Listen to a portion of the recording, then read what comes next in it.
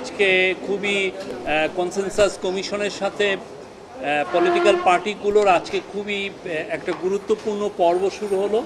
আমরা আশা করছি যে আগামী 12 কার্যদিবসে এই অনেকগুলো এই ক্রুশিয়াল যে টক্সটা এটা কমপ্লিট হওয়ার আশা করছি আমরা, এবং আমরা আশা করছি যে আগামী মাসে এটার একটা এই যে জুলাই চার্টারটা এটা গৃহীত হবে।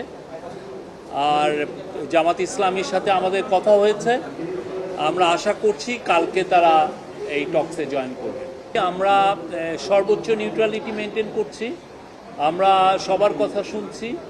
জুলাই গণঅভ্যুত্থানে যারা জয়েন করেছে আমরা সবার সাথে সমান, সবার সাথে আমরা সবাইকে আমরা মনে করি তারা সবাই আমাদের অংশীজন।